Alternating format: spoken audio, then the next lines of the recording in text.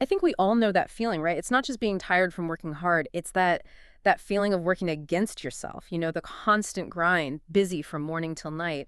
And then you lie there awake thinking, okay, I was so busy, but what did I actually get done? Hmm, that's so relatable.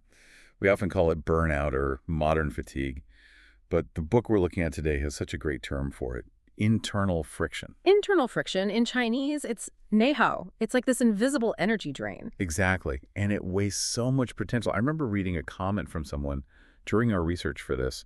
They estimated that if you could just get rid of that internal friction, your efficiency could genuinely jump by like 50%. 50%. That's huge. It really makes you think how much energy we lose just wrestling with ourselves. It does. And the idea that maybe our biggest challenge isn't the competition out there, but this sort of chronic internal battle Mhm. that really defines a lot of modern stress. So for this deep dive, we're exploring a really insightful source, Mm. the book, The Management of No Internal Friction. It offers a way out. And it's not just, feel-good advice. The authors blend active psychology. They pull quite a bit from Martin Seligman's work with actual practical management theory. So it's a structured approach. Very much so. They argue that to tackle internal friction, you need to build systems that actually generate internal happiness. Right, happiness. The book says true core competitiveness today isn't just tech or capital, but this thing they call happiness leadership.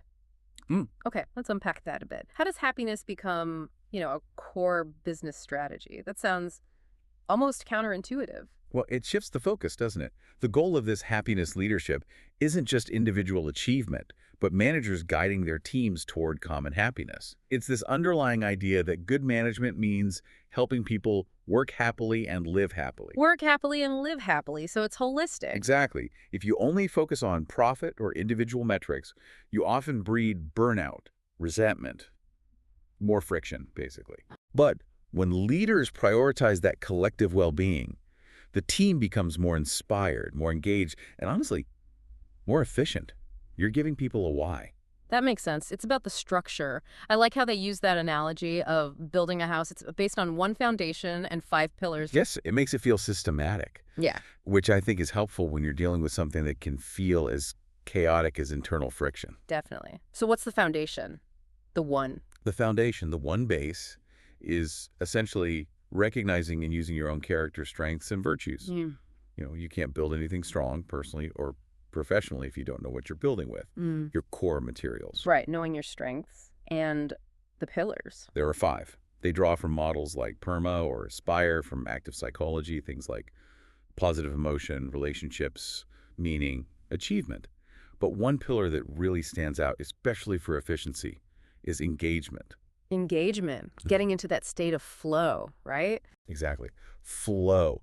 And this is where it gets really interesting for performance. The sources mention McKinsey research suggesting that when people hit that flow state, totally immersed, energized by the task, their efficiency can shoot up by as much as 5 times. 5 times. Wow. It's incredible potential. The book uses that classic Chinese story to illustrate it, doesn't it? Pao Ding. Oh, The analogy is perfect. it's beautiful, really. Hmm. This butcher, after 19 years, he wasn't just carving the ox anymore. He was sort of dancing with it. Yes. He moved so fluidly, his knife finding the gaps, never hitting bone, staying perfectly sharp. Because he wasn't fighting the task. He understood its natural structure, its rhythm, He was completely immersed. in flow. Total flow. Effortless mastery. Not because he was trying harder, but because he found joy and focus in the process itself. That's the elimination of internal friction right there. He wasn't wrestling the cow. He was cooperating with its nature. Okay, so Pouting found flow by focusing inward on the process, not on external results. But often we chase happiness using the wrong benchmarks, don't we? We absolutely do. And that brings us neatly to some major misconceptions about happiness that the book tackles. Let's talk about those. What's the first big one? Misconception number 1, that workplace happiness means no pressure, just ease, comfort, no stress. Right. And I've seen this play out. I had a friend who left a really well-paying, honestly, quite easy job. Why? Because he felt useless. It was comfortable, sure, but completely lacking meaning. He actually chose a more challenging path. That's such a good example. He confused comfort with fulfillment. Exactly. And studies back this up. Often, the happiest people aren't avoiding challenges. They see pressure as, well, maybe not a friend, but as a dynamic force. something that signals importance. Okay, so happiness isn't zero stress. What's another misconception? The big one, money. That happiness is just about having more money. Yes. The age-old question. And look, money obviously matters. It solves problems, reduces stress, gives security. But the research is pretty clear. The link between income and day-to-day emotional well-being isn't linear. It plateaus. Right. I remember seeing that famous study by Daniel Kahneman. Didn't it find a kind of threshold? It did. The book cites that finding, noting that, at least historically in the U.S. context, the positive correlation tended to level off around $75,000 annual income. $75,000. That specific number feels a bit dated now, doesn't it? Especially with costs today. Does the book address that, or is it more about the principle? That's a fair point. Ugh. And yeah, the authors really emphasize the principle more than the exact number, which will obviously vary by time and place. The core idea is diminishing returns. Right. Going from, say, 40K to 70K can make a huge difference in your daily stress and security. But going from 200K to 500K, often that just buys more complexity, maybe different kinds of stress, higher expectations, potentially more internal friction, ironically. Got it. So it's not about eliminating stress, and it's not just about chasing more money indefinitely. What is the book's definition of true happiness, then? It's actually beautifully simple, drawing from that active psychology perspective. True happiness is being happy while doing meaningful things. Being happy while doing meaningful things. So two parts. Exactly. Happiness is the process, the engagement, the flow, the positive feelings day to day, and meaning is the result or the purpose connecting what you do to something larger than yourself. You really need both for deep fulfillment. That makes sense. Happiness in the journey, meaning in the destination, kind of? Something like that, yeah. Okay, let's bring this down to earth. How does this theory actually look in, real life? The book uses stories, right? It does, and they're powerful because they make those pillars, engagement, meaning, relationships, and so on, feel very human. The example that jumps out is Forrest Gump. Ah, Forrest. Okay, how does he fit in? He wasn't exactly, conventionally successful in terms of intellect or planning.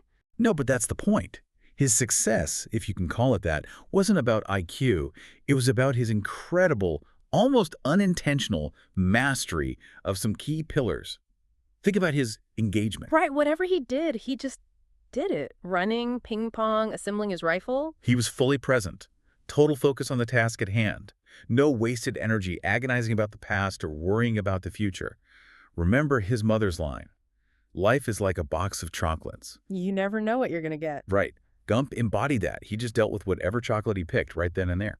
That's presence. That's how he found flow and, weirdly, achieved extraordinary things without friction. That focus, that presence, it's powerful. Okay, what about another pillar like relationships? The book had something interesting there, didn't it? Something about weak ties. Yes. This is fascinating, quite counterintuitive. Usually when we think about networking or finding opportunities, we lean on our strong ties, Yeah. close friends, family, people we trust deeply. Makes sense. But the book highlights sociological research, particularly Mark Granovetter's theory of weak ties. Weak ties. So like acquaintances, people you don't know that well. Exactly. Granovetter's insight was that your strong ties often move in the same circles you do. They know the same people, have access to similar information. It's an echo chamber, in a way. Okay, so limited new input. Precisely. It's the weak ties, the former colleague you bump into, the friend of a friend, someone you met at a conference once who connect you to different social networks, new information, unexpected opportunities. So the really game-changing opportunities might actually come from those looser connections. Often, yes. Especially for breaking out of a rut or finding something truly novel. That's a real aha moment for anyone feeling stuck professionally. You might be overlooking the power of your wider network. Absolutely. The sources mention the incredible story of Wayastiri, the model featured in the film Desert Flower. Her journey from a nomadic life in Somalia to international supermodel. Yeah, unbelievable transformation. And it was triggered almost entirely by weak ties.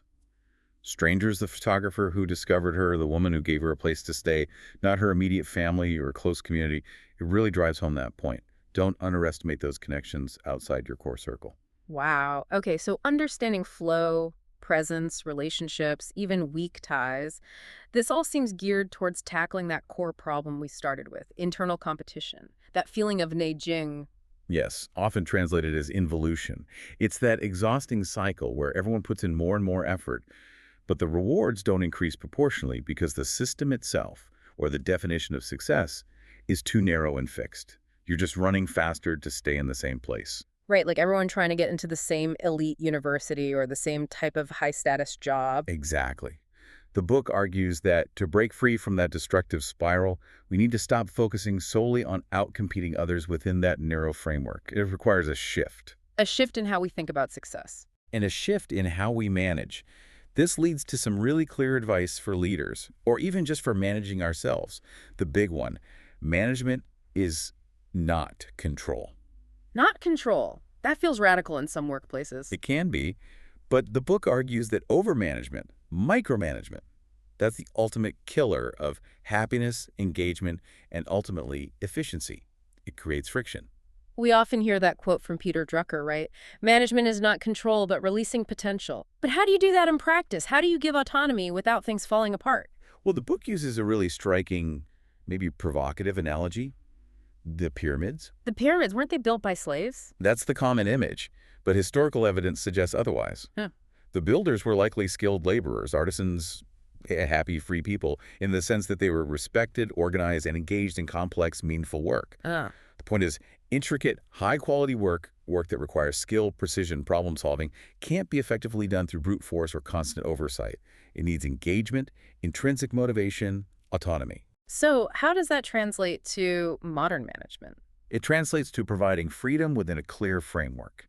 Think about things like Google's famous 20% time, where engineers could work on their own passion projects. Right, which led to innovations like Gmail. Exactly. Or other goal-setting methods that focus on outcomes but give people flexibility on the how. It's about trusting people, giving them space to find that flow state, intervening less. So less control, more trust. That seems to be the pathway out of internal friction and that involution trap. It's a huge part of it. And it connects to the final, really critical piece of advice. You have to establish your own value system. Your own definition of success, not just the one society hands you. Precisely. If you're constantly measuring yourself against a single, externally imposed standard, more money, bigger title, whatever it is you're setting yourself up for, that internal competition, that nijun.